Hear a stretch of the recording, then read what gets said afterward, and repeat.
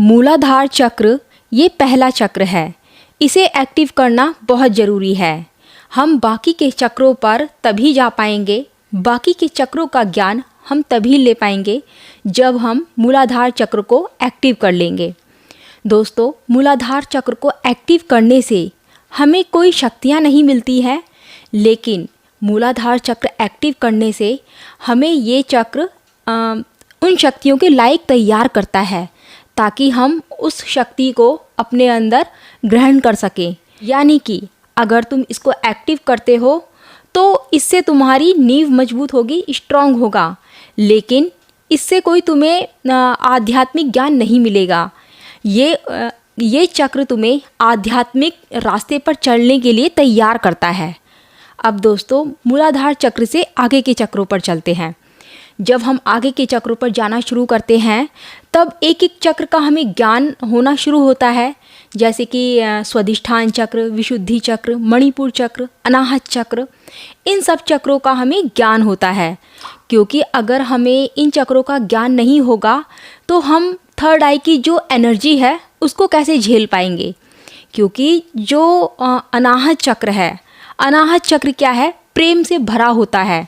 क्योंकि अनाहत चक्र तक आना बहुत ज़रूरी है दोस्तों। हमें तभी हम जो थर्ड आई की जो ऊर्जा है हम उसको झेल पाएंगे। क्योंकि अगर हमारे अंदर प्रेम, करुणा, दया भाव नहीं होगा तो हम उस ऊर्जा से किसी का भी अनिष्ट कर सकते हैं और ख़ुद का भी हम उससे नुकसान ही पहुंचाएंगे। क्योंकि अगर हमने उस ऊर्जा से किसी को नुकसान पहुंचाया तो वो ऊर्जा हमारा भी नुकसान ही करेगी। क्योंकि ऊर्जा केवल एक ऊर्जा है और कुछ नहीं। उस ऊर्जा का कोई रूप रंग नहीं है। हम इसको ऐसे समझेंगे दोस्तों, जैसे कि एक बिजली है और वो उस बिजली का कोई रूप रंग नहीं है। उस बिजली से आप कुछ भी जला सकते हैं, कुछ भी तैयार कर सकते हैं। ठीक ये ऊर्जा भी सिर्फ एक ऊर्जा है, वो भी बहुत ही पावरफुल ऊर्जा। इसीलिए दोस्तों, हमें नीचे के चक्रों का ज्ञान होना बहुत ज़रूरी है। जब हम थर्ड आई की ऊर्जा को झेल जाते हैं तब हम इस थर्ड आई को पार कर जाते हैं, और थर्ड आई को पार करने का मतलब है हमने सहस्त्रार चक्र में कदम रख दिया है। यानी कि अगर हम सहस्त्रार चक्र में जाते हैं तो हमें बहुत सारा ज्ञान प्राप्त होता है।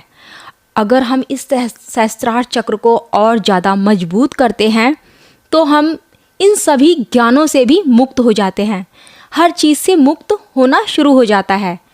दोस्तों, अगर कुछ भी बात इसके अंदर समझ में ना आई हो तो प्लीज़ कमेंट में ज़रूर बताना और इसको शेयर करना।